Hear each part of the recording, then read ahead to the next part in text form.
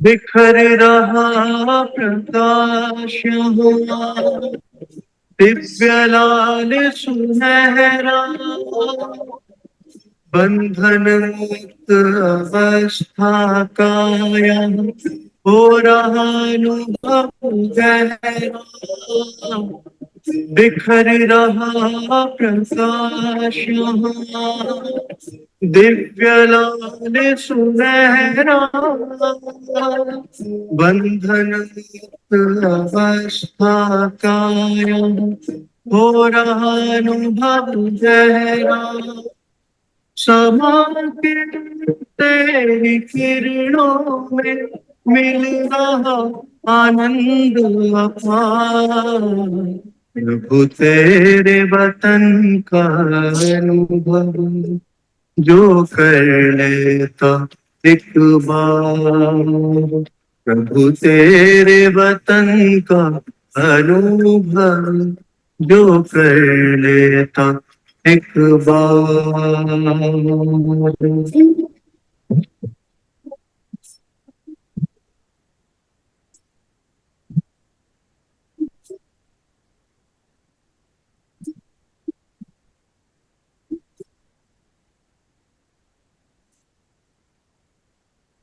Om Shanti, there's no sound. Oh, there's no sound?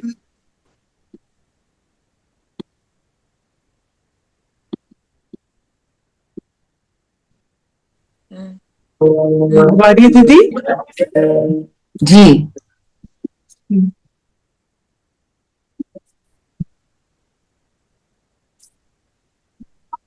प्रभु तेरे वतन का अनुभव जो कर लेता एक बार, प्रभु तेरे वतन का अनुभव जो कर लेता एक बार, उसका तो मन हो जाता है सभी हदों से पार, वो तेरे वतन का अनुभव जो कर लेता एक बार, वो तेरे वतन का अनुभव जो कर लेता एक बार।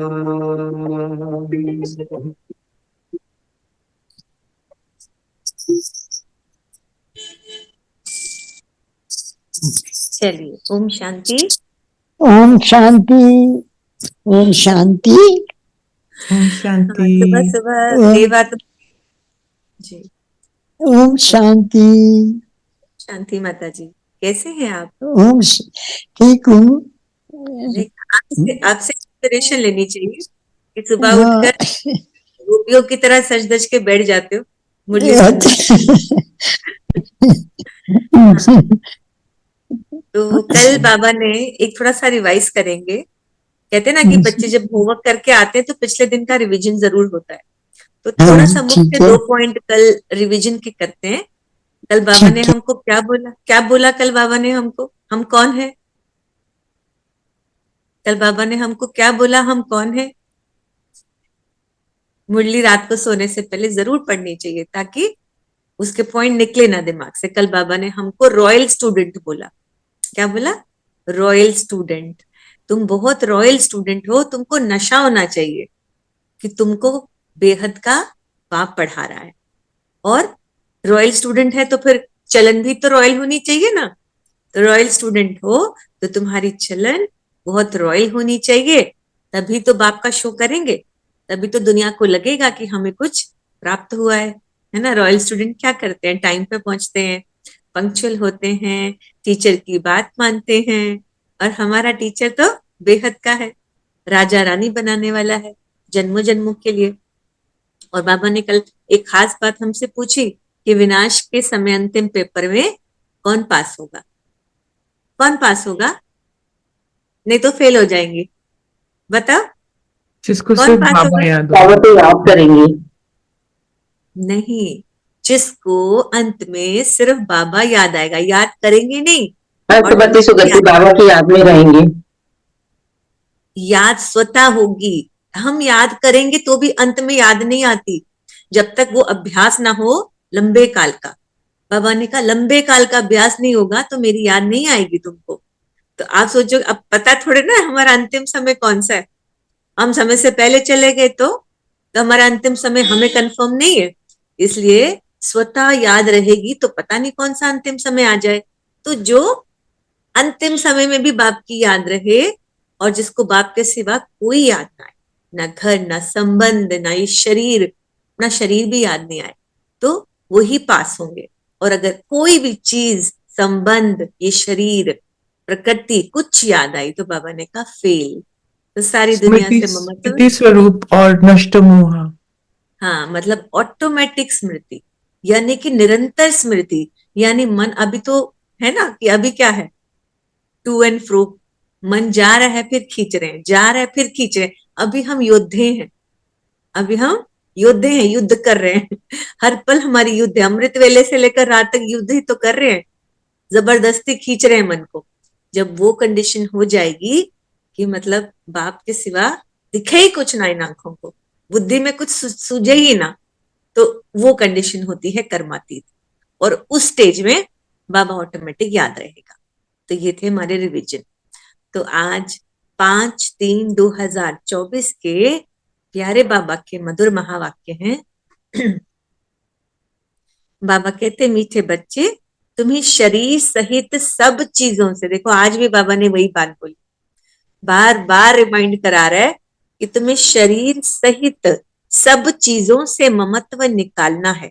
जब तुम आत्मा पावन कर्मातीत बन जाएंगी तब घर जा सके। ये 3 पॉइंट बाबा ने कंफर्म कराए हैं कि इस शरीर सहित सबको भूल जाना है, तो तुम्हें ममत्व निकालना है, और जब आत्मा पावन बनेगी तभी घर जाएगी। और पावन तब बनेगी जब निरंतर एक बाप की याद रहेगी ना, जिसको कहते हैं ज्वालामुखी योग। तो प्रश्न है, आत्मा को किस बात से बहुत डर लगता है और वह डर क्यों लगता है? आत्मा को किससे डर लगता है? डर लगता है आत्मा को शरीर छोड़ने का शरीर डर छोड़ने लगता है। से। सबने पढ़ी हुई है। अच्छी बात है, थोड़ा थोड़ा पढ़ के आना चाहिए। आत्मा को शरीर छोड़ने से बहुत डर लगता है। क्यों डर लगता है? मैंने कल बोला था ना कि सबसे ज्यादा मनुष्य आत्मा हो चाहे जानवर हो, उन्हें भी अपने शरीर से बहुत प्रेम रहता है। यानी हर एक आत्मा को सबसे ज्यादा, वो ये नहीं कह सकता कि मुझे अपने आप से भी ज्यादा इससे प्यार है, इससे प्यार है, नहीं, हर आत्मा को अपने शरीर से सबसे ज्यादा प्यार रहता है। तो शरीर छोड़ने का डर लगता है क्योंकि उसका शरीर में ममत्व हो गया है ना। जिस कपड़े को वो पहनती है आत्मा, वो ही उसको खोलने का मन नहीं करता। पिछले जन्म में अटैच थे जिस बॉडी के साथ, तब भी हमारा इतना प्यार रहा होगा।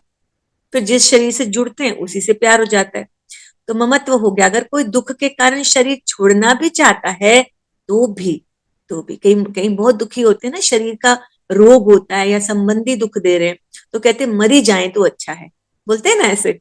उनको शरीर से प्यार नहीं रहता, इतना दुख है तो प्यार क्यों रहेगा, बहुत गरीब है, सजाएं खा रहा है। तो बाबा कह रहे तो भी उसे पाप कर्मों की सजा तो भुगतनी पड़ती है। जिसको थोड़ा बहुत भी सुख होगा उसको शरीर से बहुत प्यार होगा, वो मरना नहीं चाहेगा। एक आदमी होता है ना, वो रोज बोलता है भगवान मैं बहुत दुखी हूँ, मुझे मार डाल, मुझे मारता क्यों नहीं है, मुझे निकाल दे इस दुनिया से। तो एक दिन उसकी पुकार सुन के राघव आते हैं, बोलते हैं चलो तुम्हारी, यमराज को भेजते हैं। यमराज कहते हैं चलो तुम्हारी सुन ली, अब घर चलो। वो कहता है ऐसे कैसे सुन ली, मैं जब बोला था मैं गरीब हूँ मुझे पैसा दो तब तो ना दिया, और कहा मुझे ले जाओ, तो गरीब आदमी मजाक नहीं कर सकता क्या? तो मतलब सबको अपने शरीर से बहुत प्यार है, मगर जो दुखी हैं बाबा ने कहा सजाएं तो उन्हें भी खानी ही पड़ेंगी। तुम्हें और एक खुशी है कि हम ये पुराना शरीर छोड़कर बाबा के पास जाएंगे। ओम शांति। मीठे मीठे बच्चों को समझाया गया है, यह ज्ञान दूसरा है भक्ति। ड्रामा में ये नूंद है। नूंद पता है ना क्या होता है? पता है नूंद क्या होता है? नूंद पता है? ऑलरेडी लिखा हुआ है सब, ये बनी बनाई बन।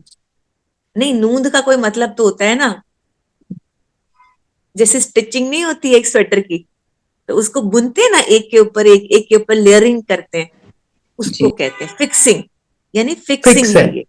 हाँ, ड्रामा में ये नूंद है, ड्रामा के आदि मध्य अंत को कोई भी नहीं जानते। तुम बच्चे तो जानते हो, हमें पता है हम कौन थे, क्या है, क्या बनेंगे। तुम बच्चे तो जानते हो सतयुग में मरने का डर नहीं रहता। क्यों? क्योंकि पता है कि मौत से पहले नहीं मरेंगे। जानते हैं हमको एक शरीर छोड़ दूसरा लेना है, दुख की रोने आदि की बात ही नहीं। यहाँ मरने से डर लगता है, आत्मा को शरीर छोड़ने से दुख होता है, डरती है, क्योंकि फिर भी दूसरा जन्म ले दुख ही भोगना है। कई लोग सुसाइड करते हैं ना, अटेम्प्ट, बहुत दुखी हो जाते हैं तो आत्महत्या करते हैं। ये नहीं जानते कि अगला जन्म लेकर भी कंटिन्यू तो होगा ही, पर पिछले जन्म की आत्महत्या का भी सजा का वो पाप की सजा वो भी ऐड हो जाएगी। यानी वो जो चल रही थी वो तो टू बी कंटिन्यू होगी, पर जो सुसाइड किया है उसका भी पाप ऐड हो जाएगा, यानी फिर और भी सजा खानी पड़ेगी। अब वापस चलना है कहाँ? घर पे। भगवान का घर है ना, ये कोई घर नहीं है। कौन सा? कौन सा घर नहीं है? बाबा क्या बोल रहा है, ये घर नहीं है? कौन सा घर नहीं है? यहाँ पे जहां हम रह रहे हैं जहां हम रह रहे हैं, ये घर नहीं है कोई हमारा, ये सराय है, ये गेस्ट हाउस है। कुछ दिन रहने आए हैं, फिर जाना है यहाँ से। तुम बच्चे आत्माएं रहते हो, उसको ही घर कहा जाता है। वहां ये शरीर नहीं है जिसे मनुष्य कहते हैं। हम लोग भारत में रहते हैं, घर में रहते हैं। वैसे तुम कहेंगे हम लोग, अर्थात हम आत्माएं वहां अपने घर में रहती है, यानी परम धाम हमारा घर है, हम वहां रहती हैं। वे है आत्माओं का घर, और ये है जीव आत्माओं का घर। यानी हम जीव है ना, जब जीव के अंदर आत्मा आ गई तो हो गई जीव आत्मा। तो कहा जाता है मुक्ति धाम। मनुष्य पुरुषार्थ तो करते हैं वहां जाने के लिए कि हम भगवान से जाकर मिले। भगवान से मिलने के लिए बहुत खुशी चाहिए। तो ये जो आत्मा का शरीर है, इसमें आत्मा का बहुत मोह पड़ गया है, इसलिए थोड़ी भी बीमारी आदि होती है तो डर लगता है। कहते हैं ना, थोड़े भी बीमार पड़ेंगे तो बोलेंगे, तो डॉक्टर के पास भागेंगे, या किसी को बोलेंगे मुझे डॉक्टर के पास ले जाओ, है ना। ये थोड़ी कहेंगे बीमार हो गए तो मरी जाए, तो करेंगे ना ठीक अपने आप को। कहा शरीर ना छूट जाए, अज्ञान काल में भी डर रहता है। इस समय जबकि संगम युग है, तुम जानते हो अब वापस जाना है बाप के पास, तो डर की बात नहीं। बाप ने युक्ति बहुत अच्छी बताई है, पतित आत्माएं तो मेरे पास मुक्ति धाम में आ ना सके तो फिर क्या करना पड़ेगा? सजाएं या फिर योग, योग या भोग, यानी दो ही कंडीशन है। या तो योग से पावन बनो, या तो भोग सजाओं से पावन बनो, क्योंकि 63 जन्मों के पक्के पक्के दाग हैं आत्माओं को, वो धुले बिना हम नहीं जा पाएंगे। वह है पवित्र आत्माओं का घर है, ये है मनुष्य का घर। ये शरीर बनते हैं 5 तत्वों से, यानी प्रकृति से, इसलिए तो प्रकृति को माँ कहते हैं। माँ से बच्चे जन्मते हैं ना, तो प्रकृति 5 तत्वों की, हमारा शरीर भी 5 तत्वों का। तो प्रकृति हमारी उस संबंध से माँ हुई कि जिससे हम बने हैं, और फिर इसी प्रकृति में मिल जाएंगे। तो प्रकृति को भी सकाश हम देते हैं, ताकि प्रकृति हमें देखे और पहचान जाए कि ये मेरे वो बच्चे हैं जिन्होंने मुझे इस दुख से, इस त्रासी से, इस पोल्यूशन से निकाला, यानी मुझे सहयोग दिया। तो 5 तत्वों से, जो 5 तत्व यहाँ रहने के लिए खींचते हैं, आकाश जल वायु, वहां मूल वतन में ये तत्व नहीं है। परम धाम में कोई जल अग्नि आकाश नहीं है, सूर्य नहीं है, वहां तो परमात्मा को ही ज्ञान सूर्य कहते हैं। ये विचार सागर मंथन करने की युक्तियां हैं। आत्मा ने ये प्रॉपर्टी ली हुई है, इसलिए शरीर में ममत्व हो गया, नहीं तो हम आत्माएं वहां की रहने वाली कहाँ की रहने वाली है? परम धाम। हाँ, तो अब फिर पुरुषार्थ करते हैं वहां जाने के लिए। जब तुम पवित्र आत्माएं बन जाती हो तो फिर तुमको सुख मिलता है, दुख की बात ही नहीं। इस समय है ही दुख दाम, तो ये 5 तत्व भी खींचते हैं ऊपर से नीचे आकर पाठ बजाने के लिए। प्रकृति का आधार तो जरूर लेना पड़ता है, नहीं तो खेल चल ना सके। ये खेल दुख और सुख का बना है। पूरा कल्प सुख भी किसी को नहीं, पूरा कल्प दुख भी किसी को नहीं। अब आप सोचोगे जो लास्ट में आत्मा आई तो उन्होंने क्या सुख नहीं देखा? अभी आप देखते हैं ना, कुछ आत्माएं नई नई उतरी हैं, आते ही सुख है। अब जैसे अंबानी परिवार है या बड़े बड़े, बेशक उनको थोड़ा प्रकृति का या सेहत का दुख होगा, अदरवाइज तो उनको बहुत सुख है। तो फिर या फिर जो गुरु आते ही जो बहुत फेमस हो गए, है ना, कितना नामाचार है। तो जो ये सुख भोग रहे हैं, ये अंत में भी बाबा उन आत्माओं को खाली नहीं रख रहा है, उनको भी सुख दे रहा है। वहां तो पवित्र रहते हैं, इतना ममत्व नहीं रहता शरीर में, इन 5 तत्वों का ममत्व भी छोड़ देते हैं, क्योंकि है ही नहीं वहां पे 5 तत्व। हम पवित्र बने, फिर वहां शरीर भी योग बल से बनते हैं, इसलिए माया खींचती नहीं है। हमारा ये शरीर, हमारा वह शरीर यानी सतयुग का शरीर किससे बना है? किससे योग, बना है? योग योग बल। के बल से बना है, यानी प्रकृति से तो बना ही है, पर योग के बल से बना है, इसलिए दुख ही नहीं। ड्रामा कैसा वंडरफुल बना हुआ है, ये भी बड़ी महीन समझने की बातें हैं। जो अच्छे बुद्धिमान हैं और सर्विस पे तत्पर रहते हैं, वही अच्छी रीति समझा सकते हैं। बाप ने कहा है धन दिए धन ना खुटे। कौन सा धन? अब आप बोलोगे मेरे पास अकाउंट में बहुत पैसा है, मैं देती जाऊं, वो तो खुट जाएगा। कौन सा धन नहीं खुटता? ज्ञान, ज्ञान धन, ज्ञान धन। कहते ना, जितना किसी को हम विद्या दान देंगे उतना बढ़ेगा। स्थूल धन तो देने से घटता है ना, पर विद्या दान देने से वो बढ़ता है। इसलिए बाबा कहते दान दिए दान ना खुटे, जितना आप इस ज्ञान का दान दोगे आपके अंदर भी बढ़ेगा, तो धारणा भी होगी, नहीं तो धारणा होना मुश्किल है। ऐसा मत समझो लिखने से धारणा हो जाएगी। हाँ, लिखकर किसको कल्याण के लिए पॉइंट भेज देते हो वे और बात है, खुद को तो काम में नहीं आती है। कोई तो कागज लिखकर फालतू फेंक देते हैं, ये भी अंदर में समझ लेना चाहिए। अब कई बार लिखते ना हम कि मैं शांत स्वरूपात्मा हूं, पर फिर क्या, फिर भी शांत नहीं हो रहे, क्या वजह है? क्या वजह है? मैं मास्टर सर्वशक्तिवान हूं, पर बन नहीं रहे, क्या वजह है? क्या वजह है? क्यों हम लिखते हैं क्योंकि मैं लिखते हैं आत्मिक स्थिति में नहीं हूँ, उस समय आत्मिक स्थिति में नहीं हूँ, और मैं तभी धारणा realization- नहीं कर पा रही। आज बाबा ने कहा ना, सिर्फ लिखकर, लिखने से कुछ नहीं होगा। किसी को भेज दोगे कि ऐसे ऐसे करो, तो आपके काम तो नहीं आएगा ना। आपने लिखा पर आपने उसको अनुभव नहीं करा, आपने रियलाइज नहीं करा कि मैं हूं। जब आप उस स्थिति में रियलाइज नहीं करोगे तो लिखने का भी बाबा ने कहा क्या ही फायदा है। ये भी अंदर में समझ होनी चाहिए कि मैं लिखता हूं, फिर वह काम में आता है, लिखकर फेंक दिया तो उससे क्या फायदा। ये भी आत्मा जैसे अपने को ठगती है, ये तो धारण करने की चीज है। बाबा ने कोई लिखा हुआ थोड़े ही कंठ किया है।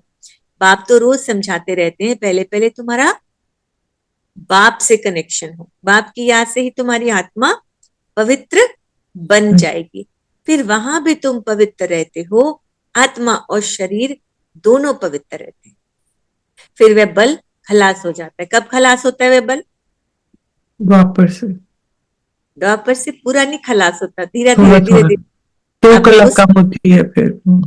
सैंड ड्यून देखा है ना, तो सैंड ड्यून में क्या होता है, जब उल्टा करते हैं तो फिर पहले भरता है फिर खाली होता है ना। तो सिमिलर कंडीशन है, धीरे धीरे धीरे सैंड निकल रही है, वैसे ही हमारा भी बल धीरे धीरे धीरे धीरे खाली होना शुरू हो जाता है। फिर वह बल खलास हो जाता है, तो 5 तत्वों का बल आत्मा को खींचता है। आत्मा को घर जाने के लिए शरीर छोड़ने की दिल होती है। तुम पावन बनकर शरीर ऐसे छोड़ेंगे जैसे मक्खन से बाल। अभी तो समय हम देख ही रहे हैं ना कि 12 साल रह चुके हैं 100 वर्ष पूरे होने में, है ना। ये पता है सबको। 88वीं शिव जयंती है इस बार फ्राइडे को, 88th शिव जयंती हम सब मनाएंगे कमिंग फ्राइडे को। तो मतलब फिर तो 12 साल बच गए ना किसको आने में, 12 साल किसके बच गए। नया हाँ, युग, सतयुग। ये भी हम रोज सोच सकते हैं। किसके लिए? तीव्र पुरुषार्थ के लिए। So 88 years since Baba came into Brahma Baba's son, or is that the Shivratri? हाँ, 88 years जो कंप्लीट हो जाएंगे और उसके बाद फिर हमारे पास बचेंगे 12 साल। और 12 साल से पहले हम चले जाएं तो कोई कंफर्मेशन नहीं है ना। तो नहीं, आजकल हमने तो वैसे 88 years कैसे calculate, I mean how are we saying 88 years? जब ब्रह्मा बाबा के तन में शिव बाबा पधारे, वो कैलकुलेशन तब से स्टार्ट होती। ठीक है, जब शिव बाबा ने वे ब्रह्मा बाबा के तन में प्रवेश किया और ये ज्ञान सुनाना शुरू किया, हम ये कैलकुलेशन तब से करते हैं। मतलब जब पहली शिव जयंती आई होगी उसके बाद, तो उससे ये फर्स्ट ईयर स्टार्ट हो जाता है, यानी बाबा का बर्थडे तब से स्टार्ट होता है।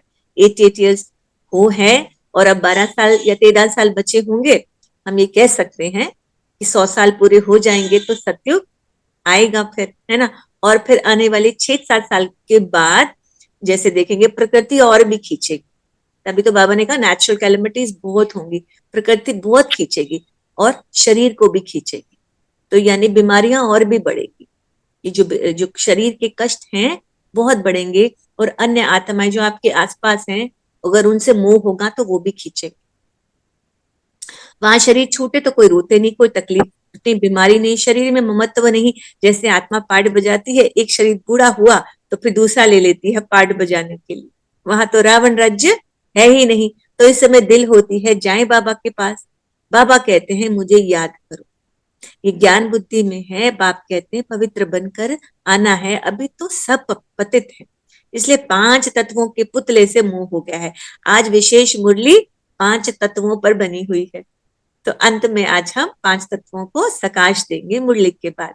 ठीक है, 5 तत्वों के पुतले से मोह हो गया है, इनको छोड़ने की दिल नहीं होती।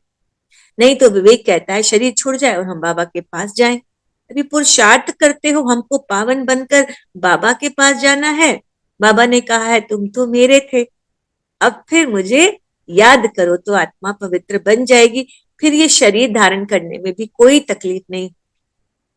यानी अगर बाबा को याद करते करते अभी भी हमारा शरीर छूट जाए तो हमको नया शरीर मिलने में कष्ट नहीं होगा, और हम ऐसी जगह पैदा होंगे जहां बचपन से ही हमको ज्ञानी आत्माएं मिल जाएंगी, या हमारे कारण वो ज्ञान में आ जाएंगी। तो अभी शरीर में मोह है तो डॉक्टर आदि को बुलाते हैं, तुमको तो खुशी रहनी चाहिए कि हम जाते हैं बाबा के पास। अब इस शरीर से हमारा कोई कनेक्शन नहीं है, ये शरीर तो पाठ बजाने के लिए मिला है ना। अब पंडित है, रोज मंदिर में आता है, मंदिर की सफाई करता है, मूर्तियां साफ करता है, वस्त्र पहनाता है, पर उससे मोह नहीं होता ना कि ये मंदिर तो मेरा घर है। उस मंदिर को अपना घर तो नहीं समझता वो, क्या समझता है? अपना बिस्तरा तो नहीं वहां डाल के सो जाता वो, करता है ऐसा पंडित? तो आत्माएं भी ऐसे हैं, ये घर हमारा, ये जो शरीर है हमारा मंदिर है, इसको हम स्वच्छ रखते हैं, इसमें हमारी आत्मा मूर्ति को सजाते हैं, उसका श्रृंगार करते हैं रोज, है ना। तो इस मंदिर में मूर्ति कौन है? कौन है मूर्ति? अरे बोलो तो। आत्मा। हाँ, इस शरीर के अंदर आत्मा मूर्ति है, तो फिर हम उसका श्रृंगार करते हैं रोज। तो वहां शरीर और आत्मा दोनों तंदुरुस्त होते हैं, दुख का नाम नहीं रहता। तो बच्चों को कितना पुरुषार्थ करना चाहिए। अभी हम बाबा के पास जाते हैं, क्यों नहीं इस शरीर को छोड़कर जाए, परंतु जब तक योग लगाकर पवित्र नहीं बने, कर्मातीत अवस्था नहीं बनी, तो जा नहीं सकते। ये ख्यालात अज्ञानी मनुष्य को नहीं आ सकता, तुम बच्चों को आएगा। अब हमको जाना है, पहले तो आत्मा में ताकत होती है, खुशी होती है, कभी डर नहीं होता। यहाँ दुख है इसलिए मनुष्य भक्ति आदि करते हैं, परंतु वापस जाने का रास्ता तो जानते नहीं। जाने का रास्ता तो एक बाप ही बताते हैं। आपको पता है कि आत्मा शरीर से जब निकलती है तो उतनी ही ऊंचाई तक उड़ पाती है जितना उसमें पाप कर्मों की घोट कम होती है। अगर पाप कर्म बहुत विशेष रह गए हैं, उसके दाग अभी विशेष रह गए हैं, तो आत्मा उस घर से अधिक दूर नहीं जा पाती, नहीं जा पाती ना, है ना। जितना वेट होगा उतना भारी होगी आत्मा, भारी आत्मा ज्यादा उड़ नहीं सकेगी, तो बाप के पास कहाँ जाएगी। तो उसको खुशी होती है, बाप समझाते हैं यहाँ तुम्हारा शरीर में मोह है, ये मोह निकाल दो, ये तो 5 तत्वों का शरीर है, ये सब माया है। इन आंखों से जो आत्मा देखती है सब माया है, सब दुख है, सब गंध है। कितना गंध है, स्वर्ग में तो शरीर भी फर्स्ट क्लास, महल भी फर्स्ट क्लास मिलेंगे, दुख की बात नहीं। कैसा बना हुआ खेल है, ये तो चिंतन में आना चाहिए। बाप कहते हैं और कुछ नहीं समझते हो तो अच्छा बोलो, बाप को याद करो तो विकर्म विनाश हो जाएंगे। अब अच्छा बोलो तो से क्या मतलब है बाबा का? अच्छा बोलो, अच्छा क्या बोलो, क्या है अच्छा? मीठा। मीठा तो बोलो। और कई लोग कड़वी बातें भी ना मीठी आवाज में कर जाते हैं पर क्या बोलो? अच्छा बोलो, मतलब ज्ञान बोलो, ज्ञान रत्न निकालो मुझसे, है ना? तो फिर विक्की और बाबा को याद करो तो वे कर्म विनाश हो जाएंगे, स्वर्ग में चले जाएंगे। ये शरीर रूपी दुम, आज दुम कह रहे बाबा, शरीर रूपी दुम बाद में मिला है, इसमें हम क्यों फंसे हैं? बाप समझाते हैं इसको रावण राज्य कहा जाता है। रावण राज्य में दुख ही दुख है, सतयुग में दुख की बात नहीं। हम शक्ति लेते हैं क्योंकि कमजोर बन गए हैं ना, दे अभिमान है सबसे कमजोर बनाने वाला, यानी बॉडी कॉन्शियस हमेशा हमको गिराएगी।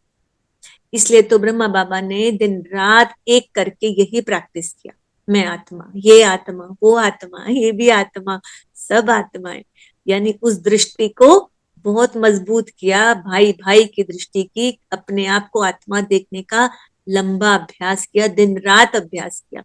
क्योंकि देह में क्या है? देह कांटा है, देह सांप है जो हमें डसता है, और आत्मा, आत्म अभिमानी स्टेज क्या करती है? आत्मा को प्योर करती है, उसे इंप्रूव करती है, उसे शक्तिशाली बनाती है। आप देखते हो जिस चीज की आप ज्यादा केयर करोगे वो मजबूत होगा ना। अब आपके दो बच्चे हैं, एक बच्चे को आपने बहुत प्यार दिया, उसको स्पेशल केयर दी, और एक को केयर नहीं दी, उसको देखा भी नहीं, तो कौन मजबूत होगा? जिसको केयर, है ना? ऐसे प्लांट्स में भी देख लो, जिसको प्यार दोगे, केयर दोगे, वो फलेगा, और जिसको प्यार नहीं दोगे, नजरअंदाज करोगे, वो सूख के मर जाएगा। इस तरह हम शरीर को देखेंगे, आत्मा को नहीं देखे तो आत्मा कमजोर हो गई ना। अब शरीर को ना देख के आत्मा को देखे। तो बाबा ने कहा जो पास्ट हो गया वह फिर होना ही है, चिंता की बात नहीं, सतयुग में खराब कुछ होता नहीं, यहाँ चिंता लगी रहती है। बाप कहते हैं ये तो ड्रामा है। बाप ने रास्ता तो बताया ही, ऐसे तुम मेरे पास पहुंच जाएंगे, मक्खन से बाल निकल जाएगा, सिर्फ तुम मुझे याद करो तो आत्मा पवित्र हो जाए, पावन बनने की तो और कोई युक्ति नहीं है। अभी तुम समझते हो हम रावण राज्य में बैठे हैं, वह है ईश्वरी राज्य। कहाँ? सत्युग वैकुंठ में। ईश्वरी राज्य और आसुरी राज्य का खेल है। ईश्वर कैसे आकर स्थापना करते हैं ये किसको पता नहीं है। बाप को ही ज्ञान का सागर कहा जाता है, वही आकर सब समझाते हैं। अभी तुम सारा ज्ञान समझ रहे हो, फिर ये सारा ज्ञान क्या हो जाएगा? गुप्त, भूल जाएगा। एलोप हो जाएगा।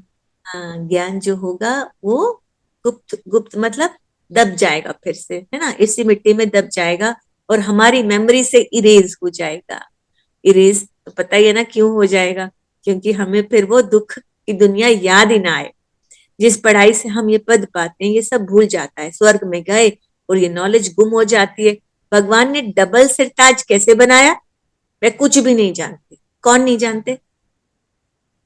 कौन नहीं जानते भगवान ने डबल सिरताज क्यों बनाया, कैसे बनाया? हम कैसे बने ये राजा रानी? अज्ञानी, जिन्होंने ज्ञान नहीं लिया।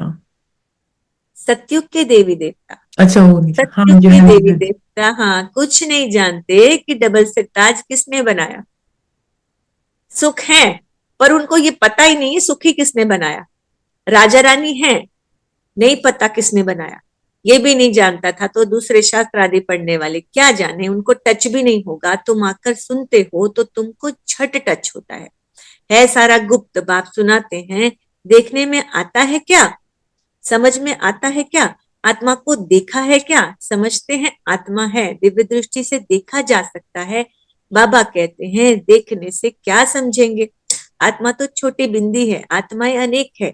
10-20 का भी तुम साक्षात्कार करेंगे, एक से तो कुछ पता ना पड़े, समझ भी ना सके। बहुतों को साक्षात्कार होता है, मालूम कैसे पड़े आत्मा है या परमात्मा है, फर्क का मालूम नहीं पड़ता।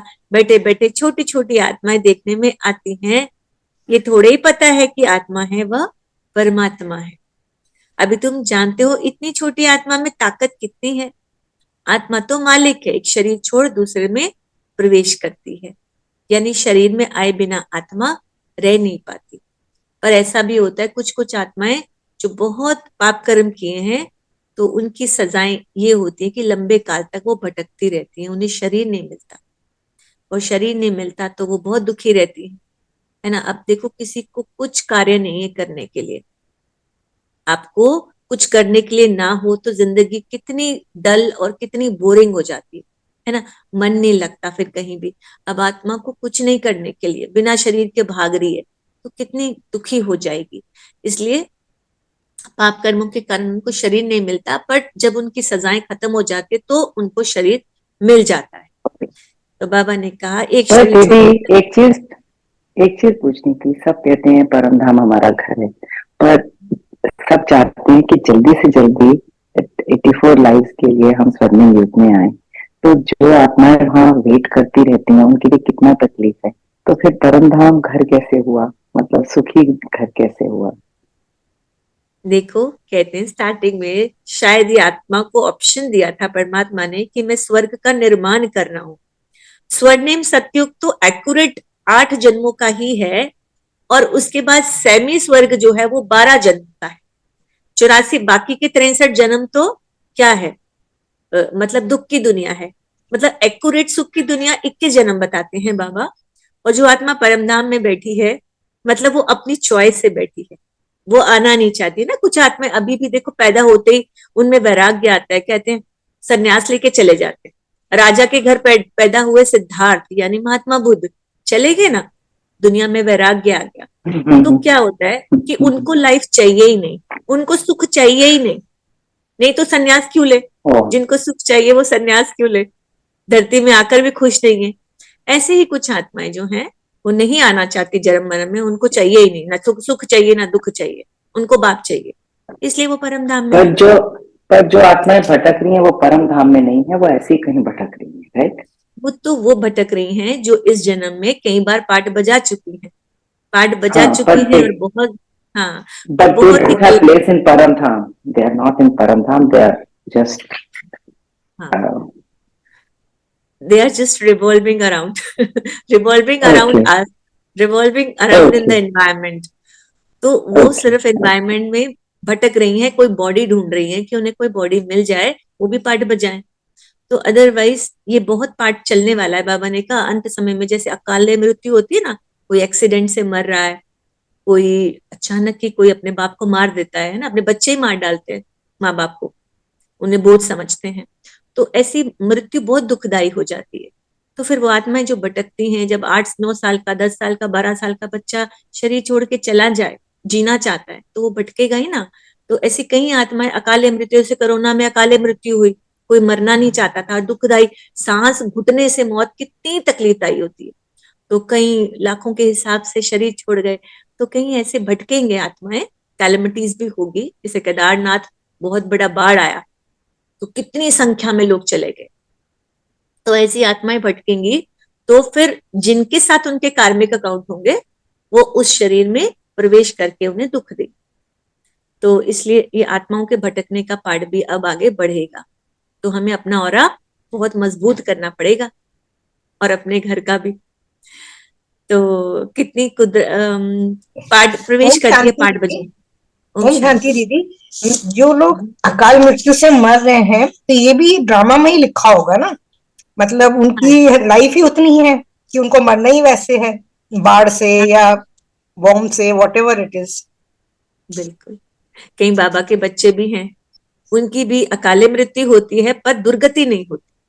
अचानक कहीं बाबा के बच्चे भी ना एक्सीडेंट से शरीर छोड़ जाते हैं, है ना, कोई ऐसा होता है। पर ऐसा नहीं कि उनकी दुर्गति नहीं होती है, उनको तकलीफ नहीं होती शरीर छोड़ने में। दीदी तभी तो बाबा कहते हैं कि आप अपना जो ब्लेसिंग का खाता हमेशा अप टू डेट रखो, you never know when the time will come. हाँ, रोज ना ब्लेसिंग्स अपनी बढ़ाओ। कहो कि मैं तो कोई पुण्य नहीं कर रही, मैं कोई ब्लेसिंग नहीं कर ले रही किसी की, पर आप अपने घर में जो आते हैं, कोई मजबूर लोग आता है, किसी की भी थोड़ी बहुत मदद कर सकते हो। मुरली सुनना भी ब्लेसिंग लेना है।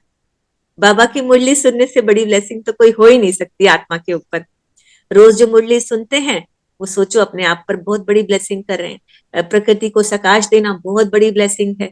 है ना। और मीठे बोल बोलना तो और भी बड़ी ब्लेसिंग है। किसी को मुस्कुराहट से देखना ब्लेसिंग है।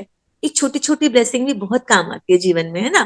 कोई जीव है आपके पास, भूखे बेचारे बैठे रहते हैं, उनको कोई खिलाने वाला नहीं, उनको 2 रोटी खिला दो, ब्लेसिंग्स है। तो छोटी छोटी कहते हैं ना, बूंद बूंद से एक दिन सागर से गागर भरी जाती है। तो शरीर बीमार हो पड़ता है या कोई दीवाला आदि निकालते हैं तो समझते हैं इससे तो शरीर ही छोड़ दें, आत्मा निकल जाएगी, दुख से छूट जाएगी। तुम पुरुषार्थ करते हो कि याद से पाप विनाश हो जाए। रावण के कारण बहुत पाप हुआ है, जिससे छूटने का रास्ता बाप बतलाते हैं। सिर्फ कहते हैं मुझे याद करते रहो, याद करते करते शरीर छूट जाए, तुम्हारे पाप आदि सब खत्म हो जाएंगे। याद करना भी मासी का घर नहीं। मुझे याद करने के लिए माया तुमको बहुत हैरान करती है, घड़ी घड़ी बुला देती है। बाबा अनुभव भी सुनाते हैं, मैं बहुत कोशिश करता हूँ। कौन बाबा? ब्रह्मा बाबा। ब्रह्मा बाबा। क्या कह रहे हैं? मैं बहुत कोशिश करता हूँ, परंतु फिर भी माया अटक डालती है। देखो, बुजुर्ग थे ब्रह्मा बाबा, कितने जन्म का अभ्यास था उनको दे अभिमान का, तो उनको कितनी अटक पड़ती है। हम तो फिर छोटे हैं, हमारा प्रैक्टिस अभी से शुरू हो गया। उनका प्रैक्टिस कितना लंबे टाइम के बाद स्टार्ट हुआ, और उस मतलब बुजुर्ग अवस्था में तो मन तो लगता भी नहीं है, तो वो करके दिखाया उन्होंने। तो अटक डालती है। दोनों साथ इकट्ठे होते भी घड़ी घड़ी भूल जाता हूँ। अभी शिव बाबा अंदर थे उनके, फिर भी कहते मैं भूल जाता हूँ। बड़ा कठिन है, घड़ी घड़ी ये याद पड़ा, फलाना याद पड़ा। उनकी तो सेवाएं भी बहुत थी, यज्ञ की पालना करना। हम तो कहते हैं घर की जिम्मेवारी है, अरे ब्रह्मा बाबा से बड़ी जिम्मेवारी किसकी थी? 300 बच्चों से शुरू हुआ था तो 3000 तक, कितने तक बच्चे गए जिनकी पालना की जिम्मेवारी थी, है ना। यज्ञ को चलाने की जिम्मेवारी थी, तो भी पुरुषार्थ किया। कई कोई तो गपोड़े भी मारते हैं, 10-15 दिन चार्ट लिखकर छोड़ देते हैं। इसमें बहुत खबरदारी रखनी पड़ती है। समझते हो तो है, जब प्योर हो जाएं, कर्मातीत अवस्था को पहुंचे तब विन करें। विन मतलब जीत जाएं। ये ईश्वरी लॉटरी है ना, बाबा को याद करना, ये है याद की डोरी। बुद्धि से समझने की बात है। बल कहते हैं बाबा को याद करते हैं, परंतु बाबा कहता है याद करना आता ही नहीं। पद में भी फर्क तो पड़ता है ना। जैसे राजाई स्थापन हुई, तुमने अनेक बार राजाई ली, फिर गवाई। वही सैंड ड्यून ना, जैसे फिल होता है, फिर उल्टी काउंटिंग शुरू, फिर गिरता है, फिर भरता है, फिर गिरता है, फिर बढ़ता है। ऐसे ही चक्र चलता रहता है। फिर रावण राज्य में तुम वाम मार्ग में चले जाते हो, तो जो देवता थे वही फिर वाम मार्ग में गिरते हैं। तो बाप बहुत गुह्य बातें समझाते हैं। बाप को याद करने की है तो बहुत सहज, शरीर छोड़ बाप के पास चले जाएं। मुझे जाने तब जब योग बल से विक्रम विनाश हो। वह तो पिछाड़ी में ही हो सकता है। पिछाड़ी कब? अंत में। अभी अंत ही तो है, इससे ज्यादा पिछाड़ी और क्या होगी। यथार्थ योग बाबा आके सिखलाता है, फिर आधा कल्प योग बल चलता है। वहां तो अथाह सुख भोगते हैं। भक्ति मार्ग में मनुष्य क्या क्या करते हैं। बाप जब आकर ज्ञान देते हैं तो फिर भक्ति होती नहीं। ज्ञान से दिन हो गया, फिर कोई भी तकलीफ नहीं। भक्ति है रात धक्का खाने की। भक्ति में जाते ना, आज यहाँ यात्रा कराएं, आज वहां चले जाएं, आज वृंदावन चले जाएं। वहां तो दुख की बात नहीं। ये सब बातें जो यहाँ की सैपलिंग होगा, उनकी बुद्धि में बैठेगी। यानी देवी देवता की कलम लगती है ना धर्म की, तो अब देवी देवता धर्म की एक सैपलिंग लग रही है, उन्हीं की बुद्धि में बैठेगा। ये बड़ी महीन बातें हैं, वंडरफुल ज्ञान है, जो सिवाय बाप के और कोई समझा ना सके। बहुत थोड़े समझने वाले होंगे हैं। ड्रामा में नूंद है, उसमें कुछ भी फर्क नहीं पड़ सकता। मनुष्य तो समझते हैं परमात्मा क्या नहीं कर सकता, परंतु भगवान तो आते ही एक बार हैं, आकर तुम्हें स्वर्ग का रास्ता बताते हैं। अभी तुम बच्चों की कितनी विशाल बुद्धि हो गई है। ये दोनों इकट्ठे हैं। कौन? ब्रह्मा और शिव। शांति का दान देना है ना। ये ब्रह्मा भी किसको देखेगा, समझता है शांति का दान देना है। देखने से मालूम पड़ता है कि ये हमारे घराने का है, वह नहीं है। सर्विसेबल बच्चों का भी काम है नब्ज देखना। अगर हमारे कुल का होगा तो शांत हो जाएगा। कईयों को आप समझाने की कोशिश करते हो ना, तो आगे बहुत बहुत तर्क करेंगे, समझना चाहते ही नहीं। मतलब नब्ज देख के समझो हमारे कुल का नहीं है। अच्छा, मीठे मीठे सिके लदे बच्चों प्रति माता पिता बाप दादा का याद प्यार और गुड मॉर्निंग। रूहानी बाप की रूहानी बच्चों को नमस्ते। हम हम रूहानी बच्चों की रूहानी बाप दादा को गुड मॉर्निंग, नमस्ते नमस्ते नमस्ते बाप दादा। शुक्रिया प्यारे बाबा, शुक्रिया मीठे बाबा। आज होमवर्क क्या दिया बाबा ने, धारणा के लिए मुख्य सार क्या दिया बाबा ने? प्यारे बाबा ने कहा पहली पॉइंट, पावन बन बाप के साथ घर जाने के लिए इस 5 तत्वों के पुतले से ममत्व नहीं रखना है। वही बिगनिंग का पॉइंट, वही स्टार्ट का पॉइंट बाबा ने फिर से बोला है। घर जाने के लिए इन 5 तत्वों के पुतले यानी शरीर से ममत्व नहीं रखना है। शरीर छोड़ने का डर निकाल देना है कि शरीर छूट जाए तो क्या होगा। दूसरी पॉइंट, याद की यात्रा का चार्ट बड़ी खबरदारी से बढ़ाते रहना है। कुछ बच्चे बाबा ने कहा ना 10-15 दिन चार्ट रखते हैं फिर छोड़ देते हैं। याद की यात्रा का चार्ट बड़ी खबरदारी से बढ़ाते रहना है। योग बल से आत्मा को पावन बनाए, कर्मातीत बन लॉटरी, ईश्वरी लॉटरी को विन करना है। यानी लॉटरी तभी लगेगी जब योग बल से आत्मा बहुत बहुत बहुत प्योर बन जाएगी। एक तो प्योर होता है ना, एक प्योरेस्ट फॉर्म होती है। प्योरेस्ट फॉर्म जो होती है वो रॉयल घराने में आती है। प्योर फॉर्म दैवी घराने में तो आएगी पर उनसे कम रॉयल घराने में आएगी। ठीक है, तो कर्मातीत बन ईश्वरी लॉटरी को विन करना है। चार्ट खबरदारी से बढ़ाते जाना है। ये नहीं कल 12 बार और आज 10 बार होता है ना। कितनी बार मैंने 5 स्वरूपों की ड्रिल करी, टिक करो, है ना। 1 2 3 4 12 बार लिखो। फिर जितनी बार ड्रिल करोगे टिक करो कि मैंने आज 4 बार ड्रिल करी 5 स्वरूपों, 5 बार करी, 6 बार करी, कितनी बार करी, तो ऑटोमेटिक अटेंशन आपका उसी में जाएगा। किसी से बात कर रहे हो तो भी जाएगा। तो ये लॉटरी विन करनी है, चार्ट खबरदारी से बढ़ाते रहना है। वरदान, सिद्धि को स्वीकार करने के बजाय सिद्धि का प्रत्यक्ष सबूत दिखाने वाले शक्तिशाली आत्मा भव। यानी सिद्धि को स्वीकार नहीं करना मैं बहुत सिद्धि वाला हूं या मेरे में बहुत तंत्र मंत्र शक्तियां हैं, उसका अपने आप ऑटोमेटिक सबूत दिखाने वाले शक्तिशाली आत्मा भव। अब आप सबके सिद्धि का प्रत्यक्ष स्वरूप दिखाई देगा। कोई बिगड़ा हुआ कार्य भी आपकी दृष्टि से, आपके सहयोग से सहज हल होगा। कोई सिद्धि के रूप में आप लोग नहीं कहेंगे कि हाँ ये हो जाएगा। कहते हैं ना गुरु महाराज ये सब कहते हैं हाँ ये कार्य हो जाएगा, आप नहीं कहोगे, लेकिन आपका डायरेक्शन स्वतः ही सिद्धि प्राप्त कराता रहेगा। तब प्रजा जल्दी जल्दी बनेगी, सब तरह से निकल के आपकी तरफ आएगी। ये सिद्धि का पाठ अभी चलेगा, लेकिन पहले इतने शक्तिशाली बनो जो सिद्धि को स्वीकार ना करो, तब प्रत्यक्षता होगी। यानी हो जाएगा, तुम्हारा काम हो जाएगा, है ना। मैं बहुत योगी आत्मा हूं, ये स्वीकार नहीं, यानी दिखाओ, शक्ति जमा करो। स्लोगन, अव्यक्त स्थिति में स्थित हो मिलन मनाओ तो वरदानों का भंडारा खुल जाएगा। समझ आया? स्लोगन समझ आया? क्या बोला बाबा ने? अव्यक्त स्थिति में स्थित हो मिलन मनाओ तो वरदानों का भंडारा खुल जाएगा। कौन सी है व्यक्त स्थिति? एंजल।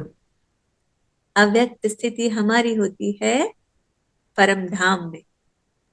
आत्मिक स्थिति इन परम धाम। हाँ, अव्यक्त मतलब है ही नहीं, दिखाई ना, सॉरी, फरिश्ता भी ना दिखाई दे। फरिश्ता भी तो व्यक्त होता है ना, वो भी तो दिखाई दे रहा है, आत्मा तो दिखाई नहीं देती, वो अव्यक्त स्थिति। यानी उसमें मिलन मनाओ, मैं आत्मा और मेरा परमात्मा, तो वरदानों का भंडारा खुल जाएगा। फिर जिसको वरदान दोगे ना दिल से, उसको लग जाएगा, उसको बन जाएगा काम। ओम शांति। ठीक है, तो आज मुख्य बाबा ने 5 तत्वों के शरीर से ममत्व निकालने के लिए समझानी दी है ना। तो सिद्धि स्वरूप बनना है, सिद्धि स्वीकार नहीं करनी। और कुछ पॉइंट जो किसी को बड़ा अच्छा लगा हो या कोई प्रश्न हो, फिर हम योग करते हैं। आज क्योंकि सारी मुरली 5 तत्वों पर थी, तो हम 5 तत्वों को आज सकाश देने की सेवा करेंगे। तो ये क्या होगा, पूरे दिन के लिए ही नहीं, ये कह सकते कई दिनों के लिए आपका योग का बल जमा होगा, दुआओं का बल जमा होगा, है ना। आपकी सेहत भी अच्छी रहेगी, यानी कि बीमारी भाग जाएगी। नहीं आएगी, कम से नहीं आएगी, यानी कि जब आप 5 तत्वों को सकाश दोगे तो कहाँ ही प्रकृति परेशान करेगी आपको, है ना। तो आएगी भी तो झट चली जाएगी। तो इसलिए प्रकृति को आज हम सकाश देंगे। करें, थोड़ा सा वो म्यूजिक चला देंगे आप, लाइट सा, एक कुछ मेडिटेशन का म्यूजिक प्ले कर देंगे तो हम स्टार्ट दीदी। करेंगे। जी,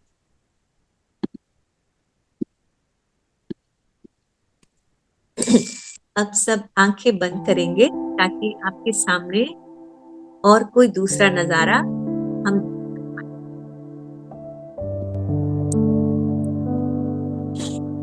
चलिए इस दुनिया से उपराम, इस धरती से उपराम, इस शरीर से मस्तक मणि मैं बाहर निकलती हूँ और उड़ चली ऊपर। अपने आप को उड़ते देखो। ये शरीर सारा जमीन के अंदर घस गया मेरा। इस शरीर की याद ना आए इसलिए इसको इस धरती के अंदर दफन कर दो। चला गया, पिघल के इस धरती के अंदर समा गया मेरा शरीर। और बच गई तो मैं एक चमचमाता टिमटिमाता सितारा आत्मा, मेरे बाबा का बच्चा। मैं उड़ चली ऊपर ऊपर, इस घर की छत को चीरती हुई निकल गई। पीछे का कुछ भी याद न रही। आकाश मार्ग से होते हुए रोशनी से भी परे, जहां सूर्य की रोशनी नजर न आए, उस अंधेरे को चीरती हुई माँ पल में पहुंच गई मेरे घर, मेरे बाबा के घर पर, जहां मेरे बाबा ज्योतिर्बिंदु अव्यक्त स्थिति में मुझे निहार रहे। वो ऑरेंज रेडिश का प्रकाश, वो सुकून देने वाला प्रकाश मुझे पुकार रहा है। आओ बच्चे आओ। मैं टिमटिमाता सितारा अपने प्यारे शिव बाबा के पास भाग कर जाती हूँ और प्यारे शिव बाबा के गले से लगती हूँ। तो बाबा मुझे अपनी प्यार भरी नजरों से निहार रहे हैं। बाबा मुझे बहुत प्यार कर रहे हैं। निरंतर परमात्मा शिव की सुखदायी किरणें मुझ पर बरस रही हैं। बाबा मुझसे बहुत खुश है। बाबा ने कहा, आज तुम जो लक्ष्य लेकर आई हो वो बड़ा है।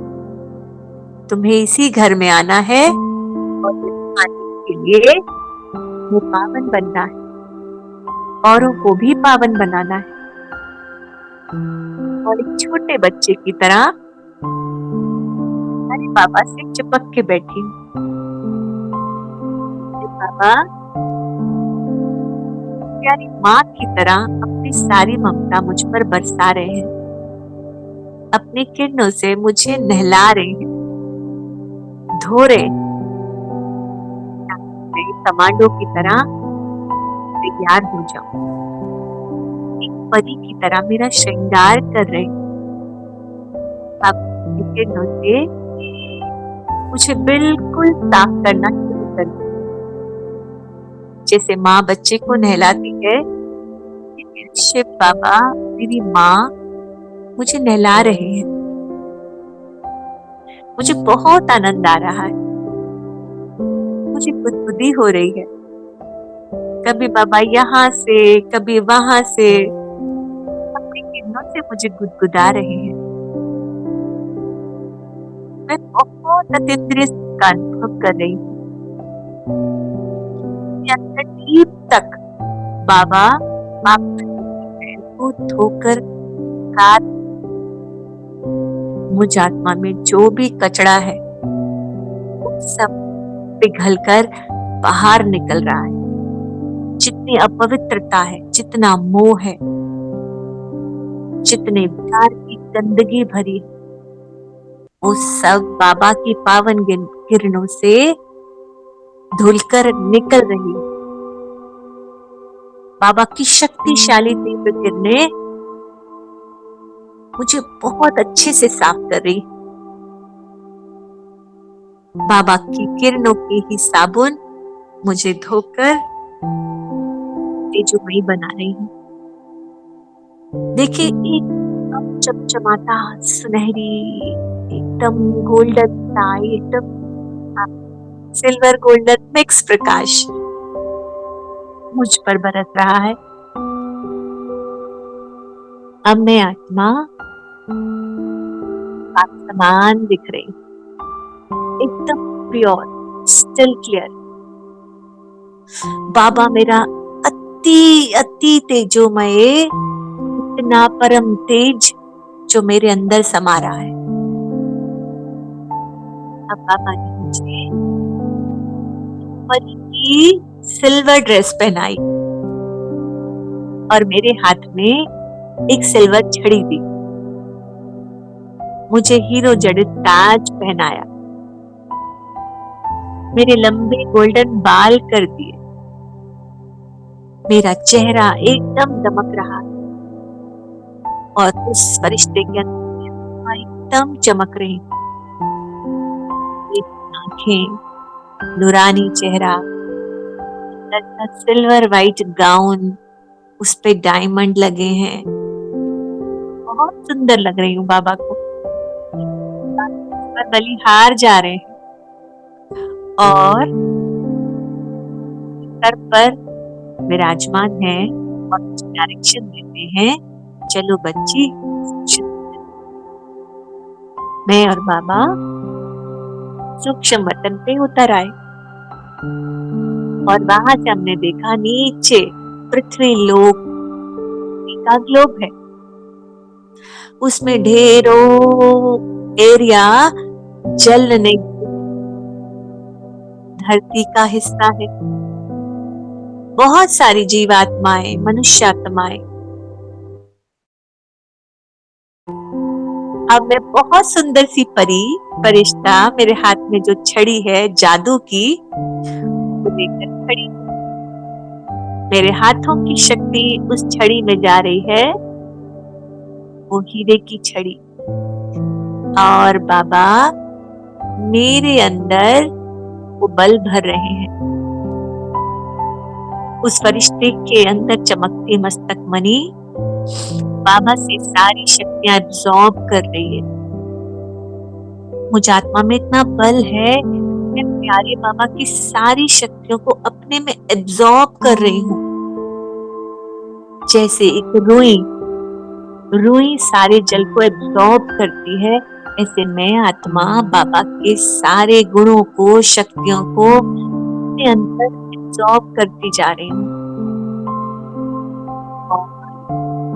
नीचे पृथ्वी लोक के ऊपर मेरे पूरे शरीर से, आत्मा से निकलती पावन किरणें समानी।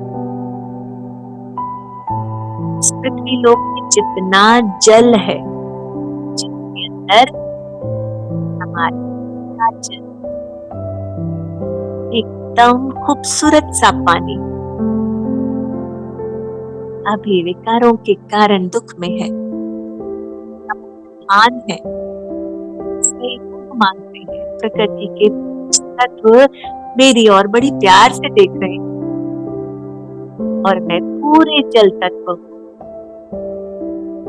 अशुद्ध, अपवित्र हो चुका हमारे पाप कर्मों के कारण, मैं बाबा की पवित्र करके पूरी इस धरती के जल पर बरसा रही हूँ। देखो, मॉरिशस में, मालदीव में, इस धरती पर, भारत में, जहाँ जहाँ जलाशय, सब जगह बाबा की पवित्र किरणें बरस रही हैं और जल पवित्र बन रहा है। और जल से धुआं का एक धुआं नहीं बन रहा। जल देवता कह रहे हैं, थैंक यू फरिश्ता। और मैंने आंखें मिचाते हुए कहा, थैंक यू बाबा। और फिर बाबा ने मुझे अग्नि की ओर इशारा किया बाबा की पवित्र किरणें मुझ फरिश्ते पर एकदम फाउंटेन की तरह गिर रही, जैसे पानी का फवारा स्नान करके हमारे ऊपर गिरता है, ऐसे बाबा की पवित्र किरणें सफेद एकदम दुधिया सिल्वर किरणें मुझ सिल्वर गाउन पहने हुए फरिश्ते पर बरस के अग्निदेव पर बरस रही। जहां जहां अग्नि है, जहां सूर्य है, उन पे ये पवित्रता की किरणें मैं बरसा रही हूं मेरे बाबा से लेकर। अग्निदेव, सूर्य देव और भी शक्तिशाली हो रहे हैं, सुखदायी हो रहे हैं। अग्निदेव मुझे दुआओं का धुआं भेज रहे हैं, सुखदायी सफेद धुआं, और कह रहे हैं थैंक यू फरिश्ता। और मैं प्यार से बाबा को देख के बोलती हूँ थैंक यू बाबा। और अब प्यारे बाबा ने कहा अब यही पवित्रता की किरणें वायु पे बरसानी। तो बहुत सुंदर सी परी मासूम नजरों से प्यारे बाबा को देख रही हूं कि तुम कराओ तो मैं करूं, तुम छोड़ो तो मैं भी ना करूं। प्यारे बाबा मेरी चतुराई पे हंस रहे हैं और मुझ आत्मा पर फिर से पवित्र किरणों का, सिल्वर किरणों का राव डाल रहे हैं और मेरे पूरे शरीर से, आत्मा से निकलती एकदम क्रिस्टल क्लियर किरणें पूरे वायु पे, यानी ये वायु हमारी श्वास है, ये वायु हमारा जीवन। हे वायुदेव, आप इसको स्वीकार करें। बाबा की, शिव बाबा की पवित्र किरणों को आप स्वीकार करें, इस पवित्रता की शक्ति को आप धारण करें। इस धरती में जहां जहां वायु बह रही है ये सारी पवित्र हो रही है। वायु से पॉल्यूशन वो स्वच्छ साफ हो रही है, हो रही है। देखिए एकदम वायु को पावन, और हम जो सांस ले रहे हैं वो पवित्र है, सुखदायी है। वायुदेव, आपके कारण जो मैं जीवन जी रही हूँ, सांस ले रही हूँ, अंत तक सांस लेते हुए और सांस छोड़ते हुए इस शरीर को बाय बाय करूं। थैंक यू वायुदेव, आपने मुझे जन्मों जन्मों तक जो सुख दिया उसके लिए आभार। Thank you Agnidev, thank you Jaldev, ये सब मेरे द्वारा आपकी सेवा को स्वीकार कर रहे हैं। धरती और आकाश पर बाबा की पवित्र किरणें मैं भेज रही हूँ। धरती माँ पर और आकाश देव पर बाबा की पवित्र किरणें इतनी सारी हरी भरी हो रही है। देखिए धरती पर, पूरी धरती पर मखमली घास बिछी है, सारी धरती खूबसूरत बगीचे में बदल गई। चारों तरफ सुंदर फूल हैं, पंछी ही पंछी हैं, पंछी चहचहा रहे हैं, तितलियां उड़ रही हैं, और ये धरती बहुत खूबसूरत हो गई, बहुत प्यारी हो गई। बहुत बहुत आभारी हूँ धरती मुझे इतने जन्मों तक जो सुख दिया फिर से देने वाली है, उसके लिए ही धरती, ये आकाश देव, आपका बहुत धन्यवाद। अगर आप बारिश न बरसाते तो धरती में जल कैसे आता? अगर आप सूर्य न चमकाते तो रोशनी कैसे आती? अगर आप सितारे न टिमटिमाते तो हम खूबसूरती को कैसे देखते? तो निरंतर बाबा की पवित्र किरणें पांचों तत्व समा रहे हैं।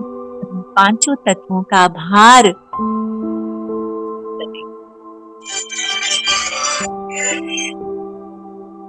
प्यारे बाबा, आपका बहुत बहुत शुक्रिया, आपका दिल से आभार। अब प्यारे बाबा के साथ मैं फरिश्ता वही झोला छोड़कर चमचमाता, मैं पहले से बहुत अधिक तेज हूँ, तारा उतर आई, इसे घसा हुआ मेरा शरीर पुनः जीवित हुआ और इसमें मैं आत्मा प्यारे बाबा ने प्रवेश कराई। और प्यारे बाप दादा पूरे घर में शक्तियों को बिखेर रहे हैं, और जो मैं बाबा से शक्ति लेकर आई हूं मेरे अंग अंग से निकल के घर के हर सदस्य को प्राप्त हो रही है, और पूरा घर, पूरा वातावरण खुशियों से भर गया। ओम शांति, वाला पहन लेना चाहिए था। ओम शांति, ओम शांति। ओम शांति। वेरी ओम शांति दीदी। शांति। बहुत शांति। बढ़िया। तो आज आपने बहुत दुआएं कमाई हैं प्रकृति माँ से, क्या प्रकृति माँ का आभार करके, और बाबा ने तो स्पेशल आपको वो दी ना आज।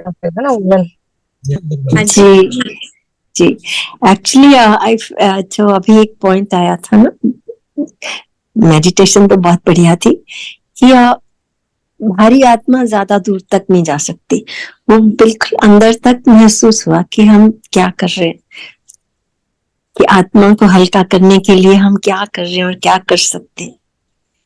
तो आत्मा को हल्का करने के लिए तो बाबा ने कहा ना, हमेशा याद की यात्रा पर रहिए। जी एक कदम में भी बाबा ने कहा पद्मों की कमाई है, यानी 1 सेकंड भी याद किया तो भी बाबा ने कहा पद्म कमा लिए तुमने। तो सोचो 1 सेकंड की वैल्यू है, तो याद की यात्रा की तो बहुत बहुत वैल्यू है। तो इसलिए याद की यात्रा पर रहें। पर ये ड्रिल तो मुझे नहीं पता, पर मुझे सचमुच ऐसा लग रहा था कि मेरा शरीर है ही नहीं, मैं सचमुच परमधाम में उस कंडीशन।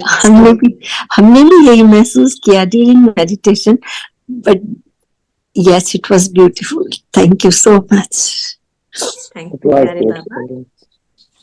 चलिए, इस तरह से क्या हुआ कि इस सहयोग से प्रकृति माँ तो हम पर प्रसन्न हुई ही, प्यारे बाबा का भी आना हो गया घर पे, है ना। तो जब बुलाया तो आ गए ना, आप सबके घरों में आज बाप दादा आए, ब्लेसिंग देकर गए। Yes yes, we have felt it. Thank you so much. अभी कल मिलेंगे। ओम शांति सबको। ओम शांति। थैंक यू दीदी, thank you so much, thank you everybody. ओम शांति।